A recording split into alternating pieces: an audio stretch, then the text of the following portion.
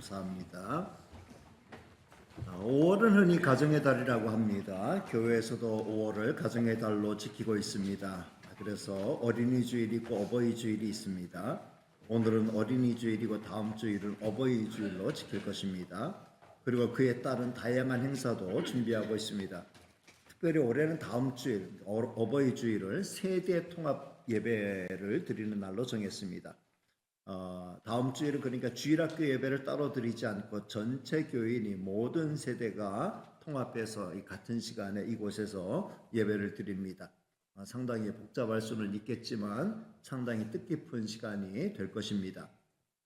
미국의 경우를 보면 모든 종교 집단을 통틀어 계속해서 교세가 줄지 않고 늘어나는 집단이 있답니다.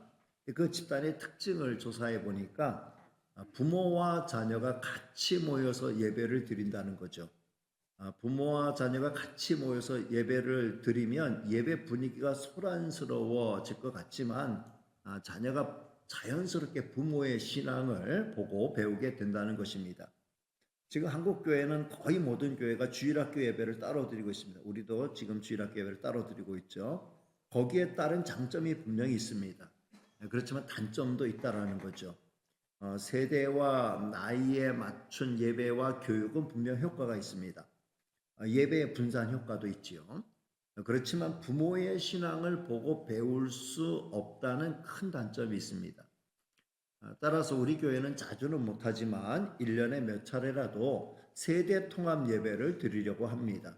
다음 주일이 바로 그런 주일이죠. 온 가족이 한 자리에 나와서 나란히 앉아 예배 드리는 겁니다.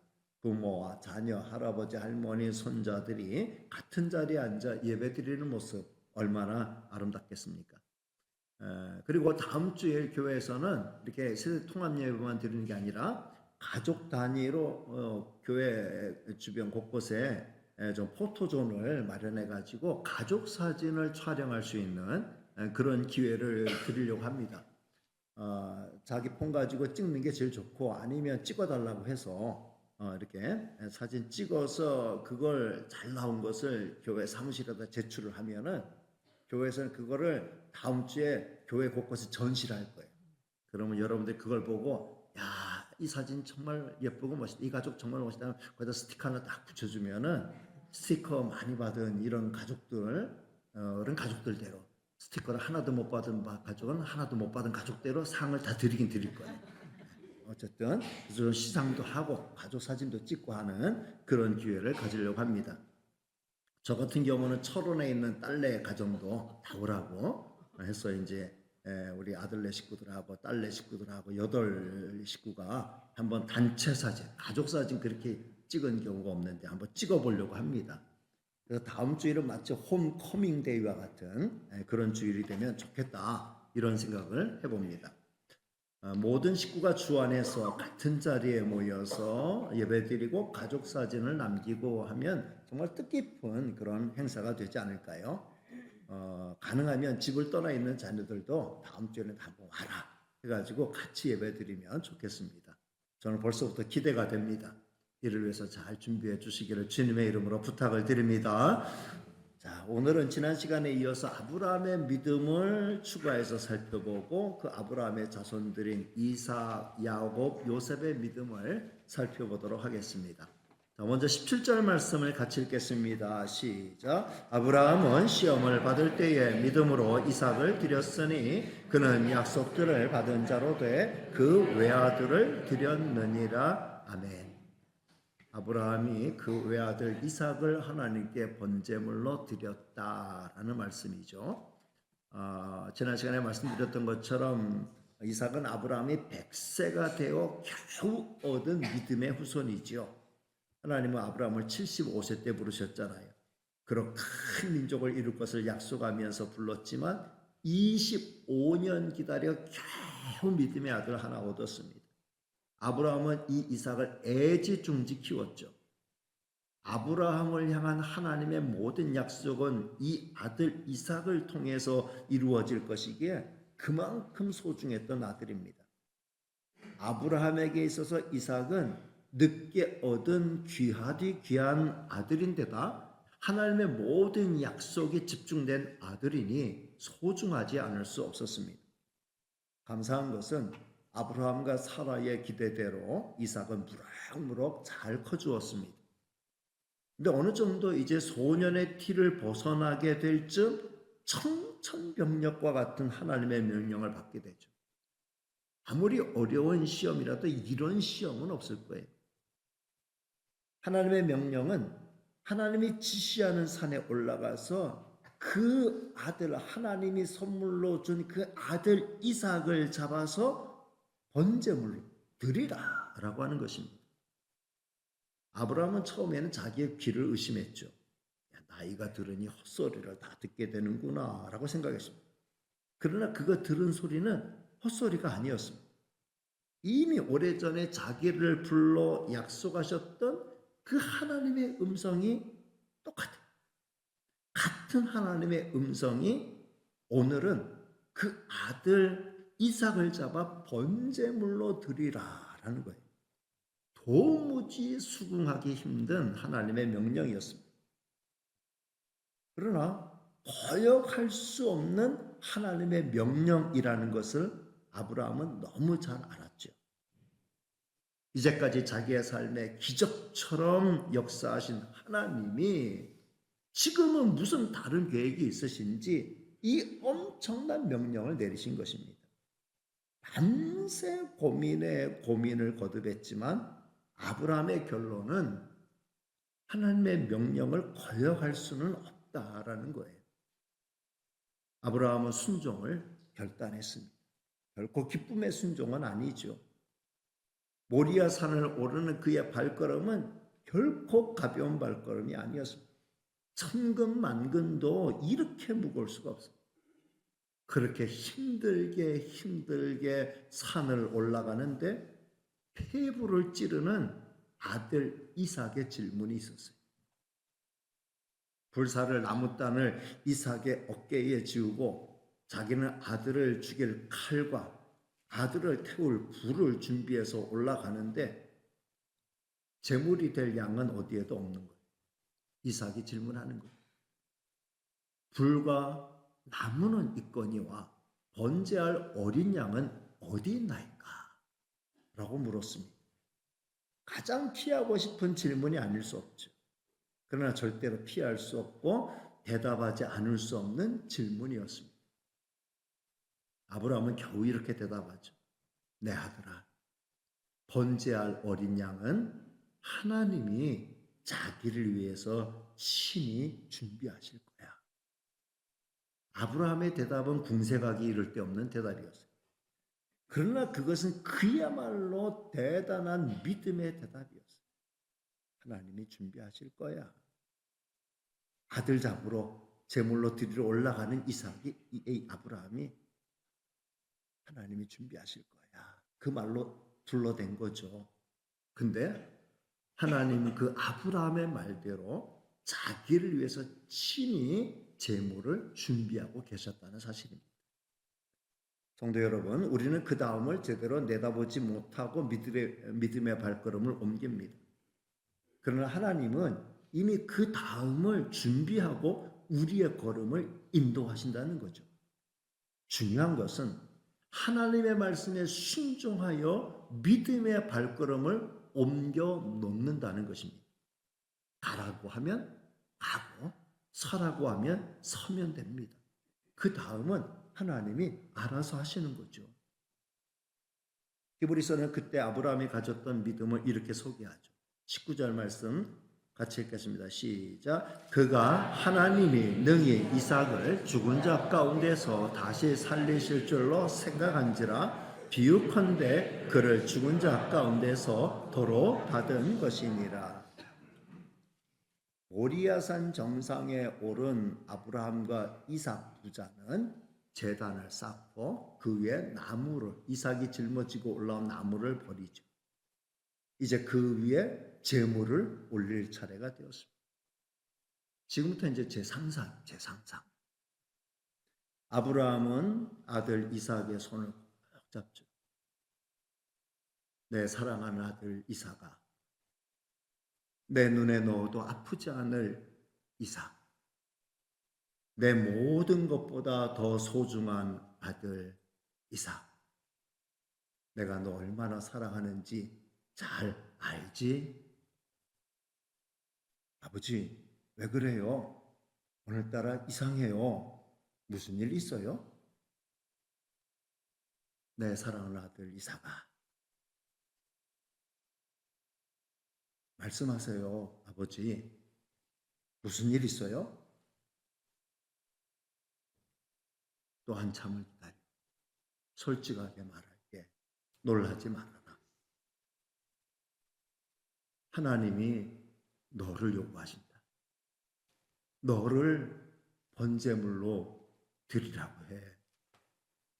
나 정말 하기 싫어. 나 정말 하기 싫어. 근데 하나님의 명령이니 거절할 수는 없어. 그러나 나는 절대로 내 고집대로 하고 싶지 않아. 네 뜻대로 하고 싶다. 아버지,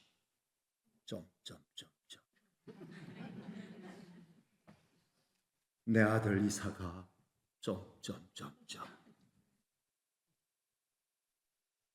아주 긴 침묵의 시간이 흘러갑니다.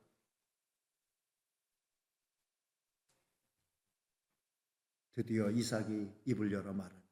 아버지, 내 뜻대로 마시고 아버지의 뜻대로 하세요. 하나님의 뜻대로 하세요. 내 아들 이삭. 아버지, 한 가지 부탁있어요. 고통스럽지 않게 빨리 죽여주세요. 내 아들 이삭아, 하나님이 너를 다시 살리실 거야. 난 그렇게 믿어. 나와 맺은 언약 하나님이 이행하실 거야. 조금만 참. 아프지 않게 빨리 끝내줘. 왜냐하면 아브라함은 그동안 수많은 양과 염소를 잡아왔어요. 소를 잡은 경험이 풍부해. 이삭을 향해 아브라함의 예리한 칼이 떨어지는 순간 하나님은 아브라함의 팔목을 꽉 잡으셨어요. 그리고 이렇게 말씀하십니다. 아브라함아, 그 아이에게 손을 대지 말아라. 그에게 아무 일도 하지 말아라. 네가 네 아들, 네 독자까지 내게 아끼지 아니하였으니 내가 이제야 네가 하나님을 경외하는 줄 알겠다. 아브라함이 눈을 들어 주변을 살펴보니까 마침 순양 한 마리가 있는데 뿔이 수풀에 걸려서 도망하지 못하고 있는 그 순양 하나를 발견하게 됐어요. 아브라함은 서둘러 이삭의 결박을 풀고 그 순양을 가져다가 잡아서 아들 대신 번제물로 하나님 앞에 드리게 되었습니다. 성도 여러분, 모리아 산에 오르기 전에 아브라함이 종들에게 한 말이 있어요. 창세기 22장 5절 말씀이에요. 자, 같이 보실까요? 이에 아브라함이 종들에게 이르되 너희는 나귀와 함께 여기서 기다리라. 내가 아이와 함께 저기 가서 예배하고 우리가 너희에게로 돌아오리라 하고, 아브라함은 아들과 함께 저 산에 올라가 예배하고 아브라함과 이삭, 우리가 너희에게로 돌아올 거다. 이렇게 이야기하고 올라간 거예요. 하나님은 아브라함의 말한 그대로 되게 하신 거죠. 그리고 아브라함이 이삭에게 말한 대로 하나님이 친히 자기를 위해서 제물을 준비하실 거야. 성도 여러분, 모리아 산에서 아브라함과 이삭 부자가 드린 그 예배, 그 산상에서 그 드린 예배, 눈물이 앞을 가리는 감사와 감격이 넘치는 예배이지 않았겠습니까? 아브라함은 하나님의 말씀에 순종하면서 이 이삭을 하나님 앞에 드린 거예요. 이삭은 아버지를 신뢰해서, 그래요, 하나님 저를 원하시고 아버지가 원하시면 저는 제 몸을 제물로 드릴게요. 제물로 드린 거예요. 하나님은 그날 그 산 정상에서 한 마리의 순양을 제물로 받으신 게 아니고 아브라함과 그 아들 이삭을 살아있는 제물로 받으신 거예요. 아들 대신 그 양이 죽어짐으로 아들이 살아서 자기 품에 앉아 부자가 얼싸 안으면서 눈물의 예배, 통곡의 예배를 그 모리아산 정상에서 드리지 않았겠습니까? 성도 여러분, 하나님은 저와 여러분을 위해서도 희생의 제물을 준비해 놓으셨어요. 바로 하나님의 외아들 예수 그리스도를 희생의 제물로 내주신 거예요. 구약의 모리아산은 신약의 갈보리산이에요. 예수님은 우리 모두의 허물과 죄를 온전히 사하시기 위해 온전한 한 마리의 어린 양이 되셔서 그 몸에 피와 물을 다 쏟으시고 우리의 허물과 죄를 완전히 사해 주시고 영원한 사망의 곳에 지옥의 권세에서 우리를 해방시켜 주셨습니다. 그리스도 예수 안에는 이제 결코 정죄함이 없게 하셨습니다. 우리는 죄와 사망의 법에서 해방되어 영원히 해방되어 생명과 성령의 법에 속한 자가 된 줄로 믿습니다. 하나님의 외아들 독생자 예수 그리스도의 은혜로 제가 구원받고 제 자녀도 구원받고 제 손자도 구원받습니다. 그러니 3대가 같은 자리에 모여서 함께 하나님을 예배할 수 있는 거죠. 저는 다음 주일 이 자리가 아브라함이 이삭과 함께 모리아산에서 감격의 제사를 드렸던 곳과 같이 우리 가족들이 우리 자녀들과 함께 모여 예배드리는 모리아산 정상이 될 수 있기를 주님의 이름으로 축복합니다. 성도 여러분, 이렇게 하나님을 경험한 이삭은 평생 하나님만 바라고 믿음으로 살았어요. 40세에 결혼하여 60세의 쌍둥이 아들을 얻기까지 이삭은 항상 기도하면서 하나님의 은혜를 구했습니다. 그러면서 그는 인생의 노년을 맞이했죠. 오늘 히브리서는 이삭의 믿음에 대해 한 줄로 평가합니다.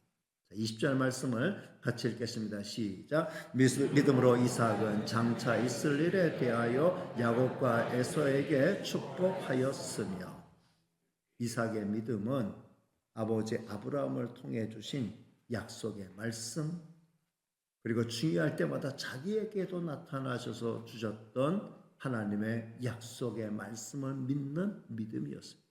그는 그 약속의 말씀을 붙들고 일평생 살다가 두 아들 에서와 야곱에게 그 약속을 전달했습니다. 특별히 장자인 에서에게 갈 축복이 팥죽 한 그릇으로 장자의 명분을 획득한 야곱에게로 흘러간 것이 특별하다면 특별할 것입니다. 성도 여러분, 내가 받은 구원의 언약을 우리 자녀와 손자에게 전하는 것은 매우 중요한 책무입니다. 이걸 전해주는 게 믿음입니다. 우리 자녀의 신앙에 대해서 우리가 끝까지 책임지는 건 할 수 없어요. 그렇지만 그냥 자기 구원의 문제는 지가 알아서 하겠지라는 생각에 사로잡히면 안 된다는 거죠. 우리는 우리가 할 수 있는 대로의 최선을 다해야 합니다. 특별히 우리 자녀를 주일학교에 보내고 세대 통합 예배에 같이 올라와 예배 드릴 수 있게 하는 정도의 노력은 기울여야 한다는 거죠. 히브리서 기자는 이삭에 이어 야곱의 믿음도 한 줄로 평가합니다. 21절 말씀 같이 읽겠습니다. 시작. 믿음으로 야곱은 죽을 때에 요셉의 각 아들에게 축복하고 그 지팡이 머리에 의지하여 경배하였으며 야곱도 할아버지가 전해주고 아버지가 전해준 믿음을 고이 간직했습니다. 그리고 자기가 정말 어려울 때 하나님을 직접 만나는 경험도 했죠. 야곱 또한 힘들고 어려웠던 시기를 하나님의 주신 약속의 말씀을 붙들고 끝까지 인내했습니다.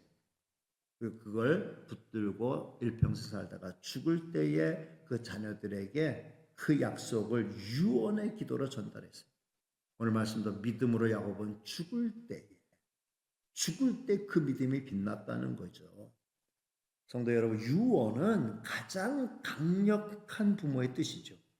대부분은 유언으로 유산의 분배를 정해줍니다. 그러나 성경에 등장하는 믿음의 선조들은 유언으로 유산을 언급하지 않았어요. 저들은 그 자녀들에게 하나님의 축복을 전했습니다. 성도 여러분, 우리가 우리 자녀에게 남겨야 할 유언도 이래야 할 줄로 믿습니다. 죽을 때 하나님 잘 믿고 죽는 모습을 보여준과 동시에 우리 자녀들에게 믿음의 길을 잘 걸어갈 것을 유언하는 저와 여러분이 되시기를 바랍니다.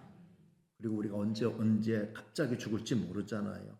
그러니까 평소에도 명절 같은 경우 자녀들과 함께 했을 때 믿음을 전해주는 그런 성도들이 다 되시기를 주님의 이름으로 축복합니다. 그리고 마지막으로 요셉의 믿음도 살펴보겠습니다. 히브리서 기자는 요셉의 믿음도 한 줄로 평가합니다. 22절 말씀 같이 읽겠습니다. 시작. 믿음으로 요셉은 임종시에 이스라엘 자손들이 떠날 것을 말하고 또 자기 뼈를 위하여 명하였으며, 요셉은 청소년 시절에 졸지에 형들의 미움을 받아 이집트로 팔려갔죠. 쥐공자가 졸지에 노예로 전락한 거예요. 그런데 어렸을 때부터 믿음을 고이 간직했던 요셉은 그 절망적인 상황에서도 하나님이 준 꿈을 놓지 않고 믿음의 길을 꿋꿋이 걸어갔습니다. 그 결과 그는 대이집트 제국의 총리가 될 수 있었어요. 그리고 자기 부모와 형제, 그 딸린 식구들을 다 살려낼 수 있었죠. 요셉도 이제 세상을 떠날 때가 되었어요. 세상을 떠날 때 그는 이렇게 유언을 남겨요. 여기 이집트가 우리가 묻힐 땅이 아니고 내가 묻힐 땅이 아니다. 나를 내 할아버지, 내 아버지 묻혀있는 저 약속의 땅, 젖과 꿀이 흐르는 땅, 가나안 땅에 나를 묻어다오. 하나님이 우리를 그리로 다시 인도하실 것이다. 그때 내 해골도 그리로 옮겨서 이장해야 된다. 이런 유언을 남겼어요. 요셉의 유언은 유언을 넘어서 예언이 된 거예요. 요셉의 예언은 그대로 적중이 되어 400년 후에 이스라엘은 큰 민족을 이루어 이집트를 떠나 가나안 땅에 이주하게 되죠. 그때 이스라엘 백성은 그 바로를 피해서 황급히 도망을 치는 상황에서도 이 요셉의 유고를 수습해 가지고 그래서 이집트를 떠났어요. 그러니까 출애굽의 그 긴 행렬, 그 오랜 행렬은 요셉의 유고를 운구하는 그런 행렬이었다, 이렇게 볼 수도 있습니다. 말씀을 맺습니다. 저는 오늘 말씀을 통해 다음 세 가지를 마음에 담아가길 원합니다. 첫째, 부모와 자녀가 함께 드리는 예배는 아름답습니다. 따라합니다. 부모와 자녀가 함께 드리는 예배는 아름답습니다. 성도 여러분, 신앙교육은 말로 하는 게 아니에요. 신앙교육은 행동으로 보여주는 거예요. 부모의 진실한 믿음의 삶, 그 자체가 자녀에게는 가장 훌륭한 신앙교육이 됩니다. 늘 기도하는 어머니, 늘 충성하는 아버지, 예배 생활에 진심인 부모님, 어떤 상황에도 변하지 않는 11조를 비롯한 헌금 생활, 다 자녀에게는 다 믿음의 전수가 되는 거예요. 그리고 무엇보다 중요한 건 자녀와 함께 드리는 예배, 가정 예배도 그렇고 주일 예배도 그렇습니다. 부모와 같은 자리에서 예배 드리면서 자녀들은 부모의 믿음을 영적으로 이어받게 되는 거죠. 이런 점에서 저는 다음 주일에 있을 세대 통합 예배를 강조합니다.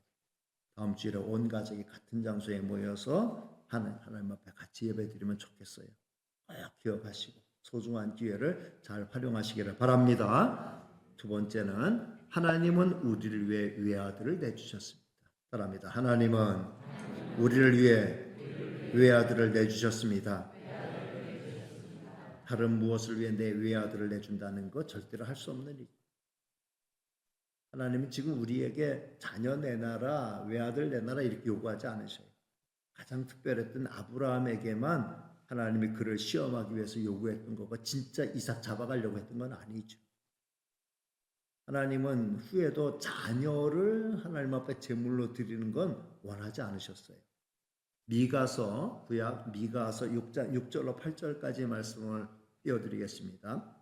같이 읽겠습니다. 시작. 내가 무엇을 가지고 여호와 앞에 나아가며 높으신 하나님께 경배할까? 내가 번제물로 1년 된 송아지를 가지고 그 앞에 나아갈까? 여호와께서 천천의 순양이나 만만의 강물 같은 기름을 기뻐하실까?